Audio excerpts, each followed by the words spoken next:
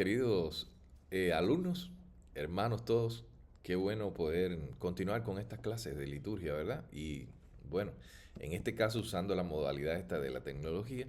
Y espero que el video anterior pues haya sido eh, aleccionador para ustedes, que haya sido edificante, instructivo. Gracias por la atención, el tiempo que toman para mirarlo. Y pues bueno, como les prometí, el video anterior solo fue la primera parte de la clase y ahora con mucho gusto pues vamos a presentarles la segunda parte de la clase y espero que de verdad puedan ser todos muy edificados y bendecidos con este tema que vamos a compartir hoy, que son los elementos esenciales de la liturgia reformada. Comencemos imaginando o imaginemos en este instante un tiempo en la historia en que las sombras de la tradición y el ritual cubrían la misma esencia del culto cristiano. En ese escenario, hermanos, fue precisamente donde surgió un movimiento transformador. ¿Qué movimiento fue ese? Bueno, el movimiento de la Reforma Protestante, que precisamente en este mes estamos nosotros, todas las iglesias con historia o con herencia reformada, estamos jubilosamente celebrando y recordando. Ese acontecimiento no solo alteró la manera en que se comprendía la teología para aquel tiempo, sino que también revolucionó la liturgia. La liturgia fue impactada, como ya vimos en las clases anteriores, donde estuvimos tocando el tema de la historia. Pues este fue un momento cumbre, coyuntural, importante, donde la liturgia tuvo una fuerte transformación, no solo la teología de la iglesia de aquel tiempo, sino también la manera, el orden en que se celebraba el culto de adoración. Y esto transformó de manera radical el corazón del culto de la iglesia. Los reformadores, para ese tiempo, figuras emblemáticas como por ejemplo Martín Lutero o Juan Calvino, se embarcaron en una misión que iba más allá de simples cambios doctrinales. Ellos anhelaban un regreso a las raíces bíblicas del culto. Ellos anhelaban que el pueblo de Dios se volviera a esa adoración que desde un inicio estableció el Señor para su pueblo, donde la palabra de Dios brillaba como la luz propia de cada aspecto de la adoración. Ahora, la reforma litúrgica era, hermanos, una llamada a despojar el culto de todos aquellos rituales vacíos y tradiciones humanas que no estaban enfocadas en Dios y que habían oscurecido la proclamación clara y directa de las Escrituras.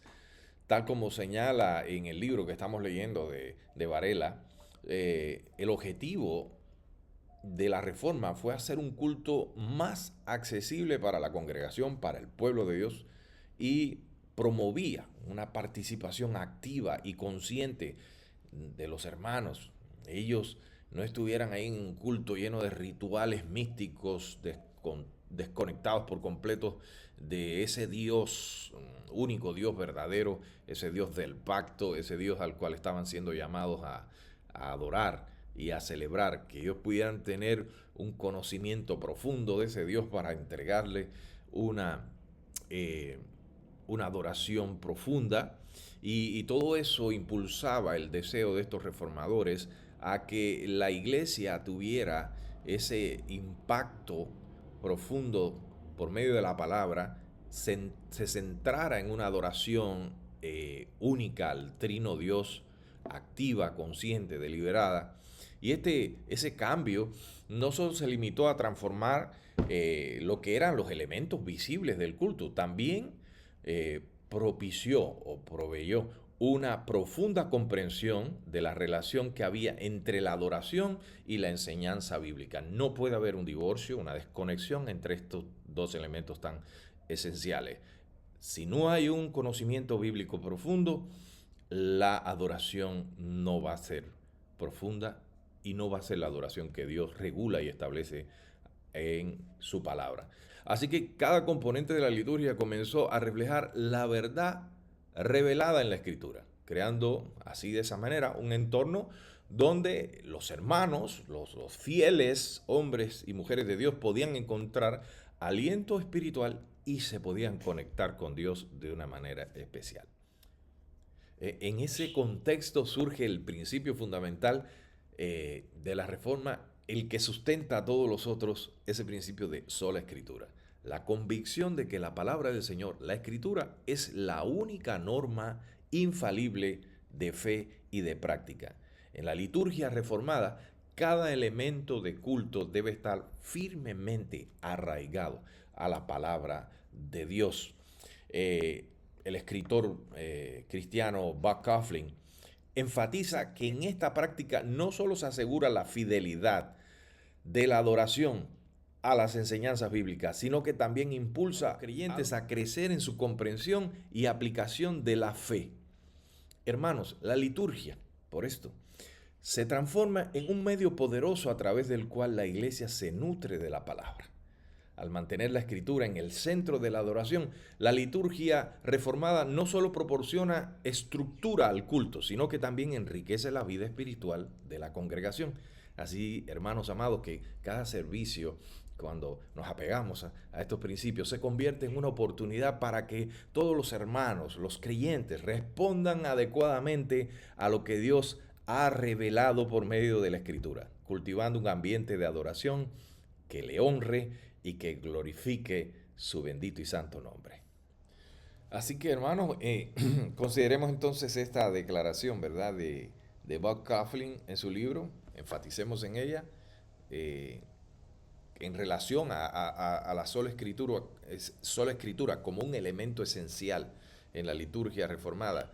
Dice, en la liturgia reformada la escritura es la norma máxima. Cada elemento debe estar arraigado en la palabra de Dios. Y yo diría más, cada elemento de la liturgia cristiana, no solo reformada, la liturgia cristiana, debe ser regulado por las escrituras, por la palabra del Señor. Ahora, hermanitos, considero un poco más a fondo el papel central que tiene la palabra de Dios como elemento esencial en la liturgia reformada. La predicación expositiva de la palabra es el centro del culto reformado. La palabra de Dios debe ser leída, debe ser cantada, debe ser orada, debe ser proclamada, o sea, predicada, y debe ser vivida también por medio de, por ejemplo, las ordenanzas, y debe ser obedecida, debe haber una respuesta de parte del pueblo de Dios a esa palabra, como bien hace esta declaración en uno de sus escritos el pastor cristiano John MacArthur.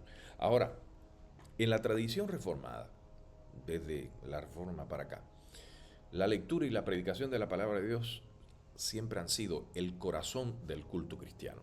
La predicación expositiva, que es aquella que implica explicar de manera precisa el texto bíblico en su contexto cultural, religioso, bíblico, gramatical, y explica el texto a los creyentes y les conduce a aplicarlo de manera apropiada para la situación actual. Se considera que este tipo de predicación es, hermanos, fundamental, porque es aquella que permite a los creyentes escuchar directamente la voz de Dios a través de las escrituras sin introducirle ideas místicas o apreciaciones personales o lo que nace del corazón de un predicador. O sea que esa predicación expositiva, que es aquella en la cual el predicador se vuelve un siervo de la palabra y predica nada más y nada menos que lo que Dios dijo a la audiencia primaria en su contexto aplicado hoy a la audiencia de nuestros tiempos. Ese enfoque asegura que la enseñanza no sea meramente un comentario sobre la vida y opiniones de un predicador, sino que se basa en el contenido revelado de la Escritura. En ese contexto, la palabra debe ser leída en el culto cristiano con mucha reverencia, proclamada con claridad, con precisión y respondida con fe y con acción por parte de los creyentes. Ese proceso, hermanos amados, crea un ambiente de adoración donde la congregación es desafiada y es edificada a través del poder transformador de las escrituras. La palabra de Dios, hermanos, es una extensión de su poder. Cuando, cuando algo ocurre es porque Dios ha hablado. Y cuando Dios habla, pues su palabra tiene esa capacidad de transformar, de dar vida, de traer luz. Por eso, hermanos amados, es indispensable que la escritura sea el centro, el corazón de la liturgia cristiana. Es un elemento indispensable. Y por otro lado, hermano, también un elemento tradicional, hermano, que se ha perdido de muchas de nuestras iglesias es el citar o el hacer referencia a los credos y confesiones de fe históricos que, que forman también una parte, han sido a lo largo de la historia una parte esencial dentro del culto reformado.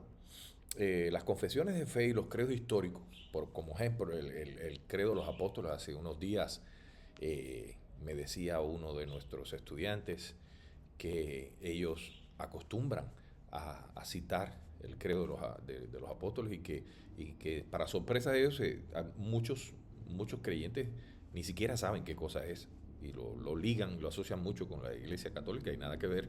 Esto tiene que ver con la iglesia como tal, con las prácticas de la liturgia de la iglesia bíblica, la iglesia histórica, y los credos y las confesiones de fe son definitivamente componentes esenciales y han sido siempre componentes esenciales del culto, de la liturgia reformada a lo largo de la historia.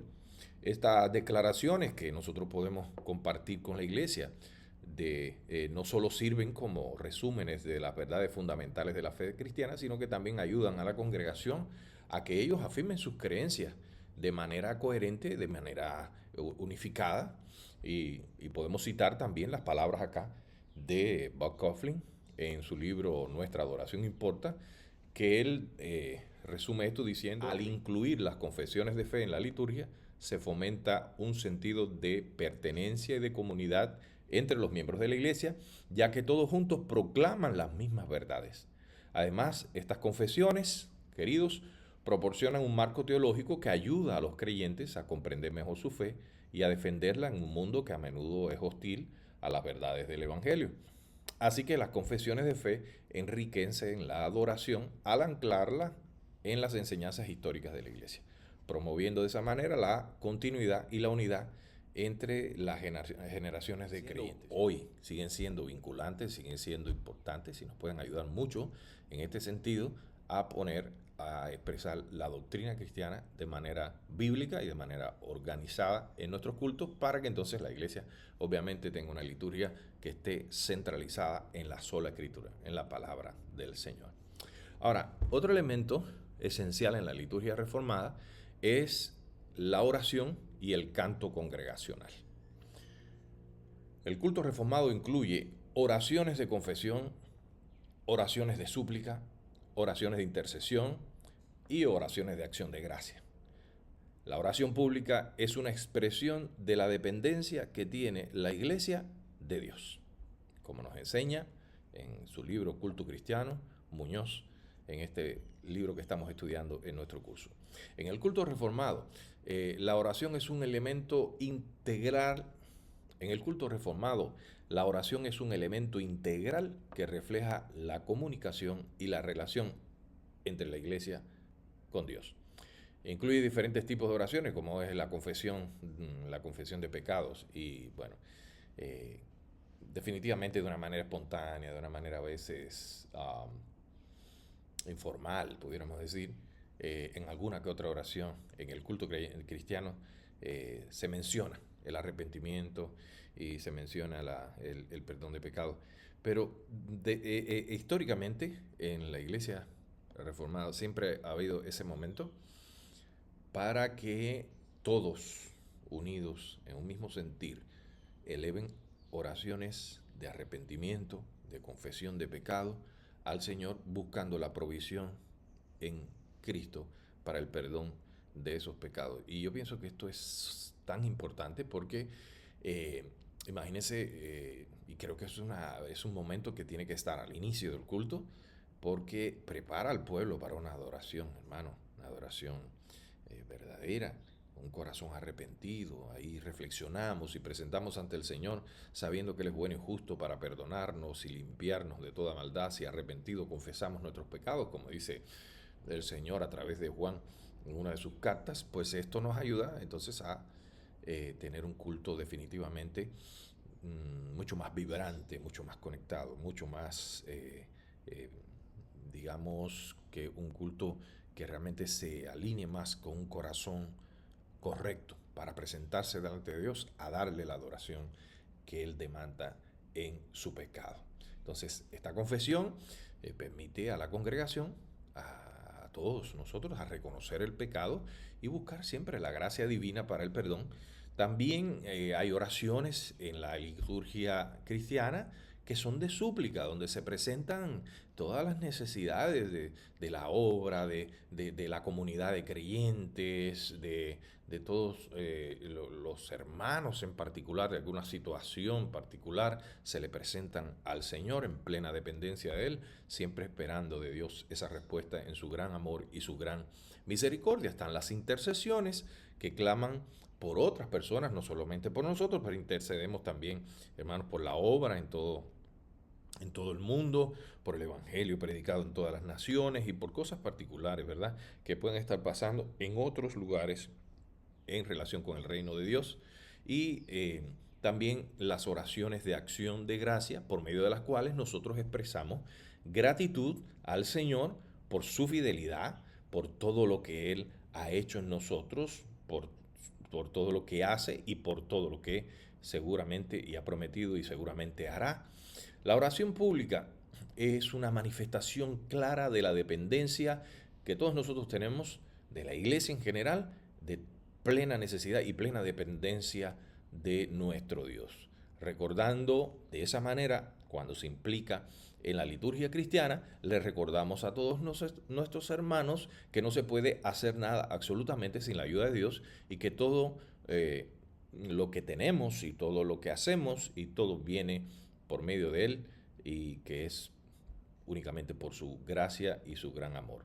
A través de la oración, entonces nosotros como comunidad de creyentes nos unimos en un acto de adoración mostrando al Señor toda nuestra confianza está depositada únicamente en su providencia como un Dios que cuida y protege a su pueblo y en los deseos que tenemos de alinear nuestros corazones con su voluntad. Por eso nuestras oraciones, sean del tipo que sean de intercesión, de oración, de súplica, de perdón, el tipo de oración que sea, debe estar alineado con la palabra de Dios, con la revelación que Dios nos ha dado por medio de las Escrituras, ¿verdad? Porque nosotros sabemos que Dios se complace en la oración de su pueblo y es fiel en contestar todas aquellas oraciones que nosotros hacemos alineadas con su voluntad.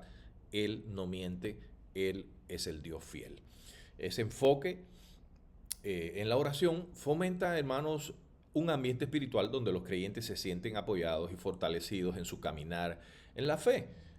No le damos lugar, no debemos darle lugar a esas oraciones centradas en las emociones y el corazón del hombre, aunque no estoy negando la importancia de las emociones en la liturgia. Nunca Dios ha querido que su iglesia sea un témpano de hielo, o sea, una morgue o un lugar frío y sin vida. No, los cultos deben tener incorporadas esas emociones vibrantes, pero esas emociones no son las que deben manipular el ambiente, sino que una verdadera relación con Dios, una oración centrada en su palabra, el conocimiento de la revelación de Dios por medio de la palabra y todo lo que se desarrolla en la liturgia debe llevarnos a tener esas emociones vibrantes, verdaderas.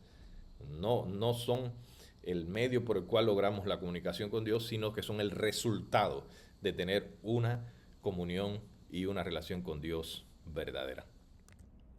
El otro elemento esencial que queremos señalar aquí en los componentes de la liturgia reformada es el canto congregacional. Como bien dijo alguien, no todos los que cantan son cristianos, pero todos los cristianos cantan. Hermanos, los signos y los cantos congregacionales son fundamentales en la liturgia. Estos deben estar siempre, siempre centrados en las Escrituras y ser una expresión de la fe y de la doctrina cristiana. Bueno, particularmente la doctrina reformada a la cual nosotros nos apegamos, no porque sea reformada, sino porque consideramos que es la que mejor articula o interpreta la escritura, la que más se apega, más se alinea con las escrituras. Los signos y cantos congregacionales son importantísimos y son indispensables en la liturgia cristiana porque sirven como una expresión colectiva de la fe y la doctrina que nosotros como iglesia manejamos. Estos cantos deben siempre estar alineados con las escrituras, reflejando en su contenido siempre las verdades bíblicas y la enseñanza de la doctrina. Eso permite que la congregación medite una vez, tres veces tras vez en la escritura mientras están alabando al Creador. Es un elemento didáctico increíble, si pudiéramos decirlo así, ¿verdad? Porque en la medida que estamos cantando las virtudes de Dios, las perfecciones de Dios, sus proezas y sus grandezas, las maravillas de su reino, estamos edificándonos también como iglesia. Los que están oyendo, los que llegan, son instruidos también por la palabra que se canta y esa palabra viene a los corazones y produce ahí el cambio. El Espíritu Santo la aplica al corazón de los creyentes y sin lugar a dudas son ministrados a través de la alabanza. Ciertamente nosotros los hacemos para adorar a Dios.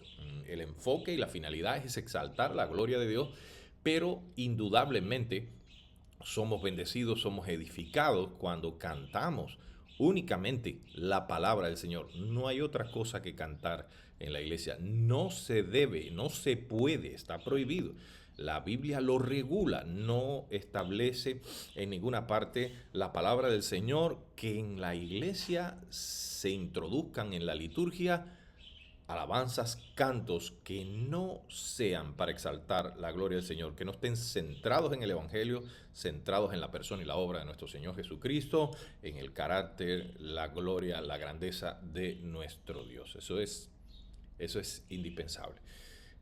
Ahora, consideremos una vez más, y aunque este es un tema que nosotros vamos a tratar después en una clase en particular, hemos tomado mucho de este libro maravilloso, Nuestra adoración importa, de Buck Coughlin. Este, uh, este escritor, sin duda alguna, fue muy usado. La gracia del Señor se ha derramado grandemente en este hombre y nos ha bendecido con este libro. Allí él destaca que el canto congregacional no solo es un medio de adoración, sino que también actúa como un vehículo para la enseñanza y la edificación espiritual de la iglesia.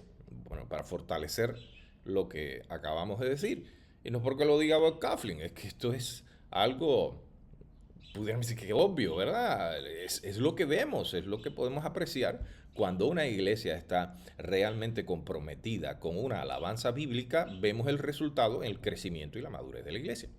Cuando nosotros cantamos juntos, sucede algo maravilloso que sí, yo puedo cantar aquí en la casa, puedo cantar ahí, puedo edificar, pero cuando cantamos ahí en la reunión de todos aquellos que compartimos la misma fe, ¿qué pasa? Esa fe es afirmada en nosotros y ese canto nuestro al Señor comunica de manera audible las verdades acerca del Evangelio de una manera poderosa, de una manera transformadora.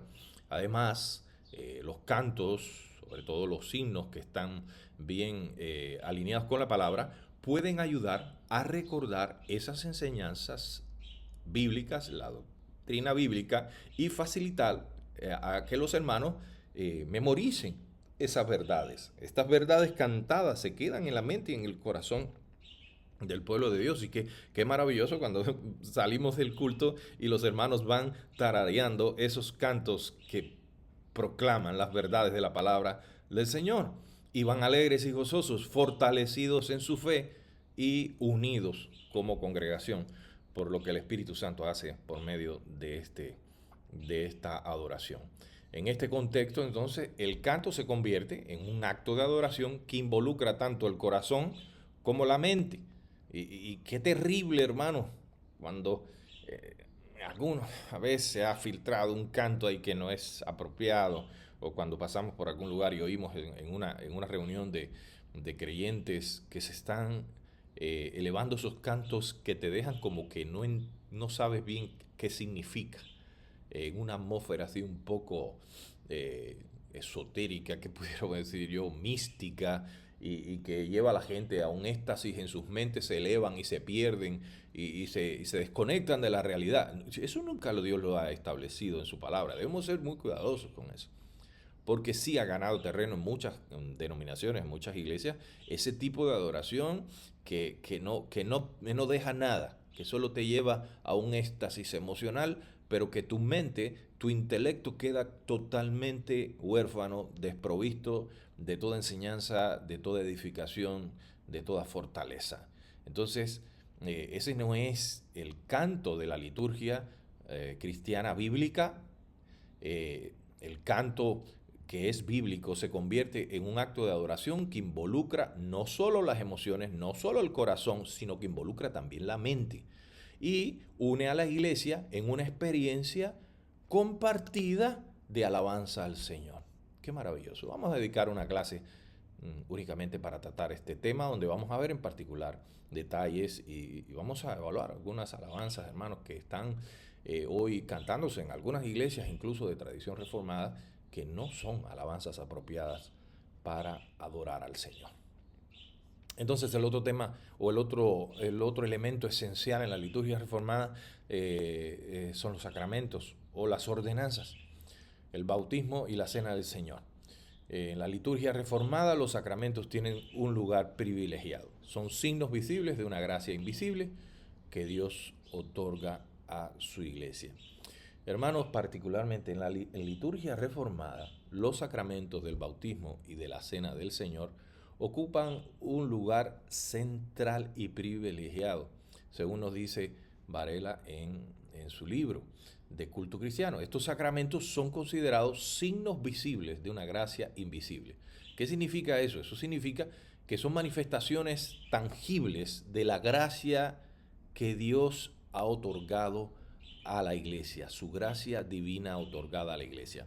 El bautismo, por ejemplo, simboliza la incorporación del creyente a la comunidad de la fe y la unidad que tiene el creyente con Cristo, ¿verdad? Esa confesión pública de haber confiado en Cristo y haber muerto a la vida pasada para ahora junto con Cristo en esa unidad, esa nueva vida, en esa novedad de vida, vivir para la gloria del Señor, un testimonio público de esa fe del creyente. Mientras que la cena del Señor representa la comunión espiritual que nosotros tenemos con Cristo y la renovación de nuestra fe cada vez que celebramos esta ordenanza.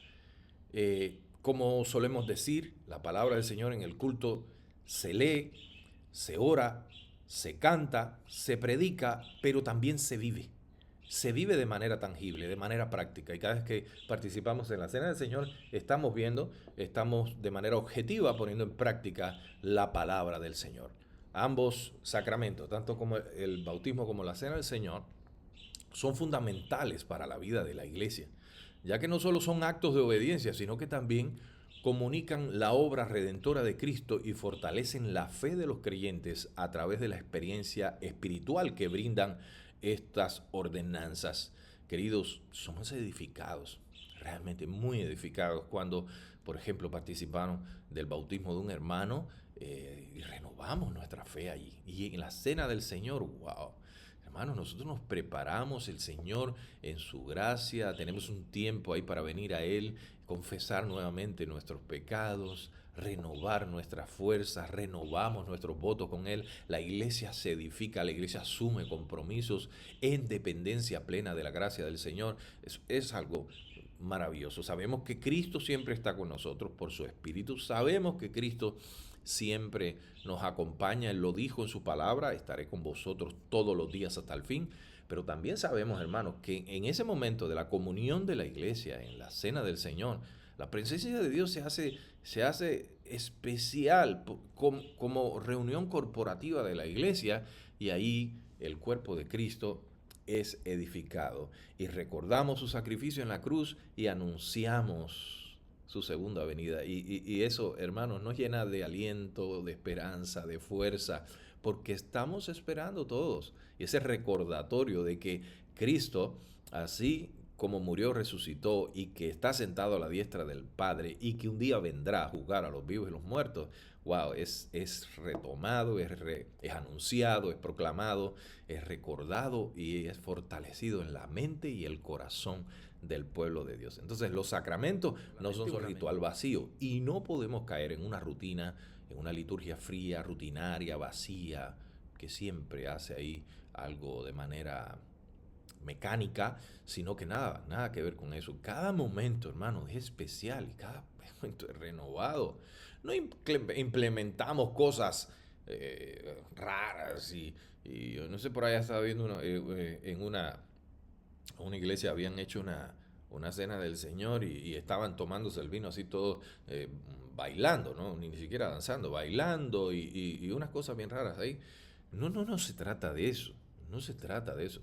Se trata de que en cada encuentro con nuestro Señor es una experiencia renovadora, donde nosotros en un contexto probablemente diferente, a veces vamos a estar tristes, a veces alegres, pasando por algún proceso difícil, pero vamos ahí a encontrarnos con nuestro Dios confiando plenamente en que Él nos perdona, nos restaura, nos renueva y nos fortalece. Entonces, no son meros rituales. Ahí nosotros recordamos todos los elementos esenciales de estas ordenanzas, cómo preparar nuestro corazón, meditamos, oramos al Señor y damos gracias por todo lo que Él hizo en favor de nosotros con su vida y con su muerte.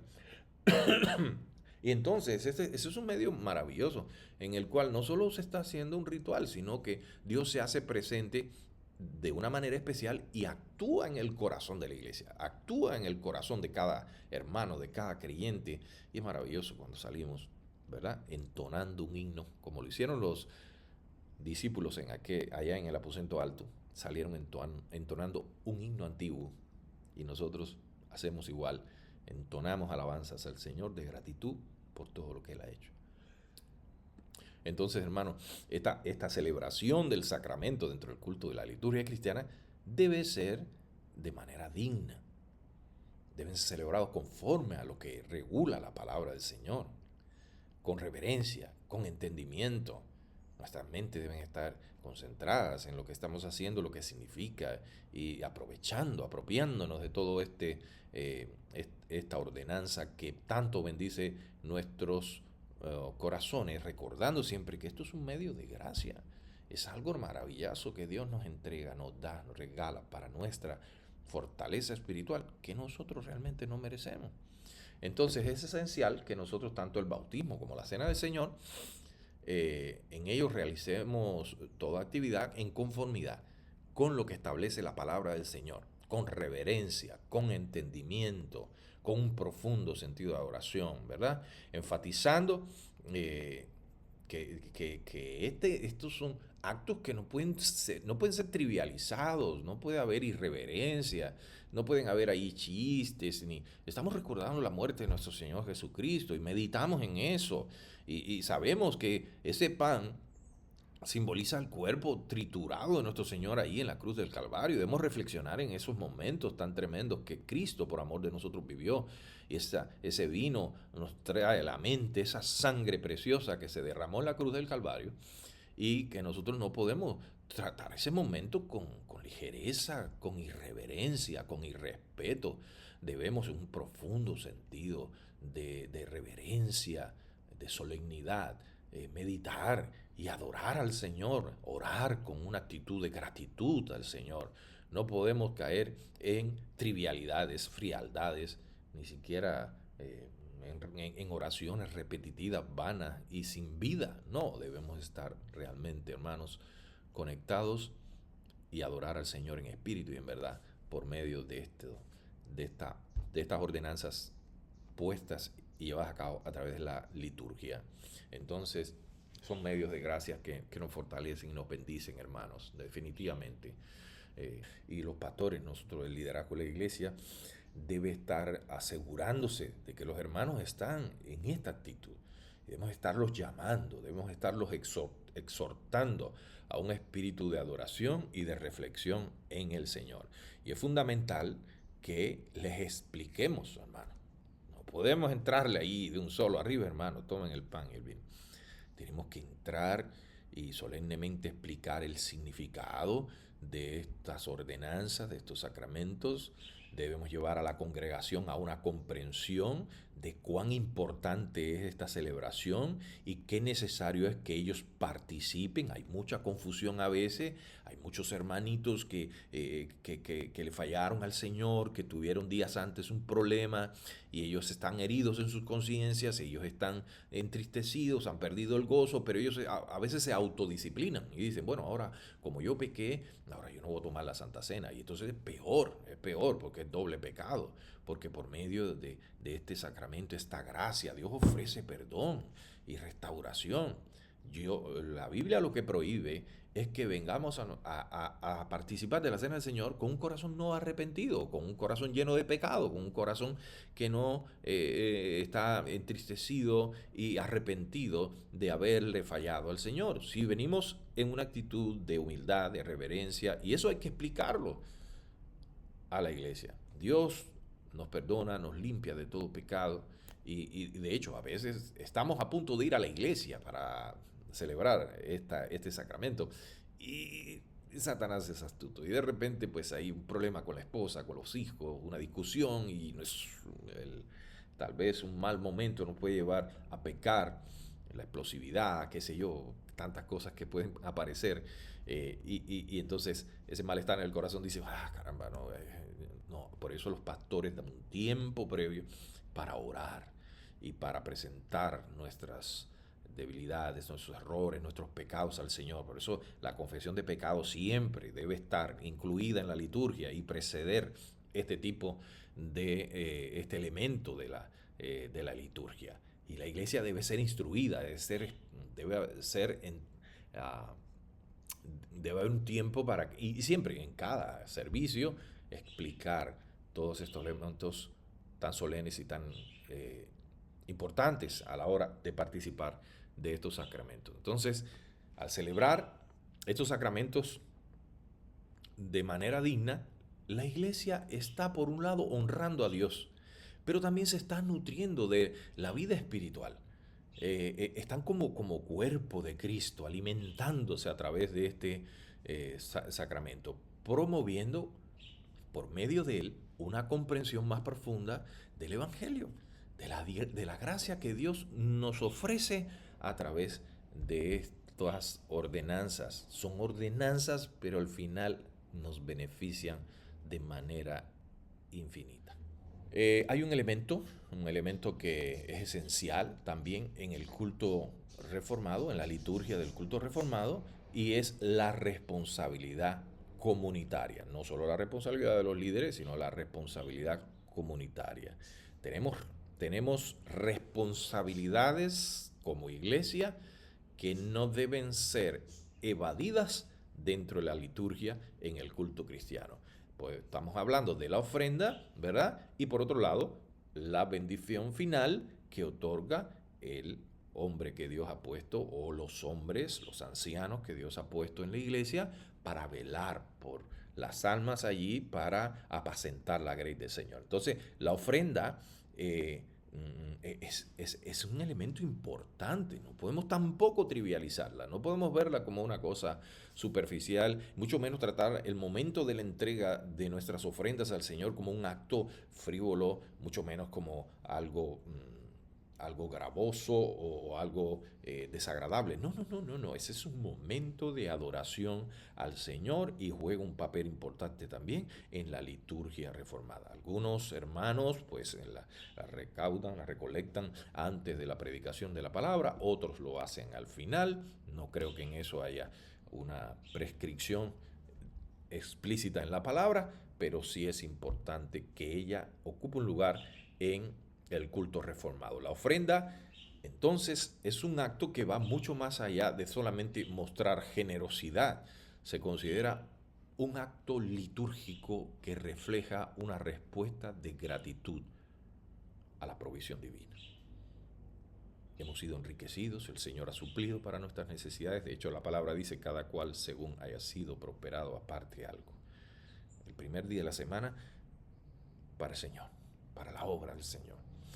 Según nos enseña MacArthur, la ofrenda es una expresión de adoración que reconoce que todo lo que poseemos proviene de Dios. Y hermanos, ese principio es importante, esa convicción teológica es importante que esté en nuestra mente. Nosotros no tenemos nada, solo somos administradores de la gracia que Dios ha puesto en nosotros, de todo lo que somos, de todo lo que tenemos, ya sea espiritual o sea físico, todo lo que tenemos le pertenece al Señor.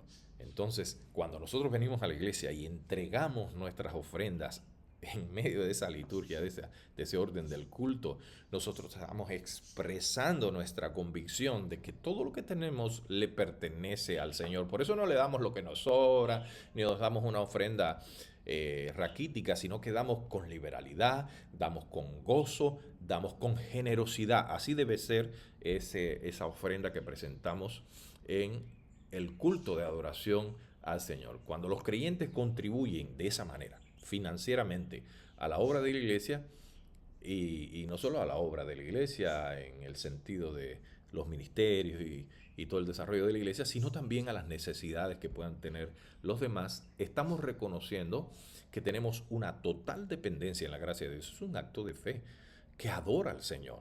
Estamos diciendo, Señor, aún yo sé que me puedo despojar de esto, de esta parte de lo que tú me has dado, y aún así confío que tú proveerás para todas mis necesidades. Estamos transmitiendo un mensaje a Dios de nuestra dependencia y total confianza en la provisión divina.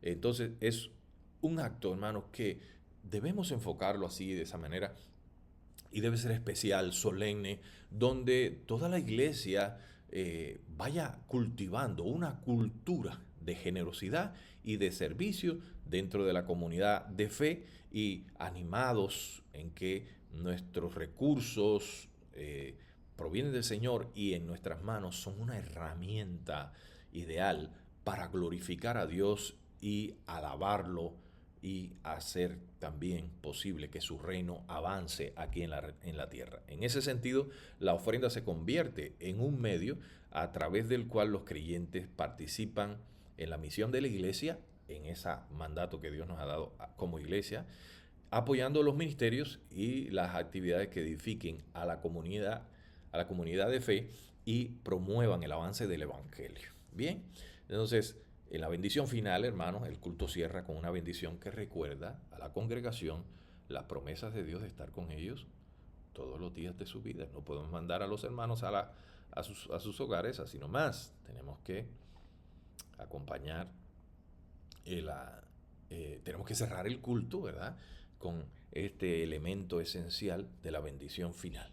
Entonces, tiene el significado profundo de fortalecer el corazón de los creyentes, y la bendición no solo es un ritual de cierre, no es una rutina, sino que una reafirmación de las promesas de Dios de estar con nosotros y de estar activo, estar presente en nuestras vidas como cristianos. Al recibir esta bendición, la congregación es recordada que su adoración no termina en el templo, sino que continúa en su vida diaria. Eso es importante.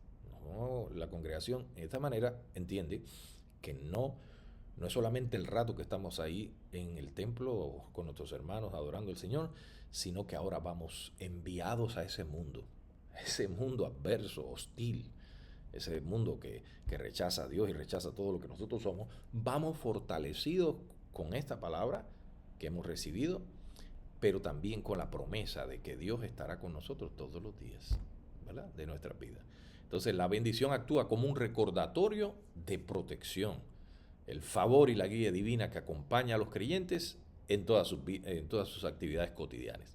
Además, la bendición final también fomenta un sentido de comunidad, ya que los miembros de la iglesia se envían unos a otros con la esperanza de que la gracia de Dios les acompañe, fortaleciendo así su compromiso de vivir para la gloria de Dios en todos los aspectos de sus vidas. Entonces, podemos concluir, hermanos, nuestra clase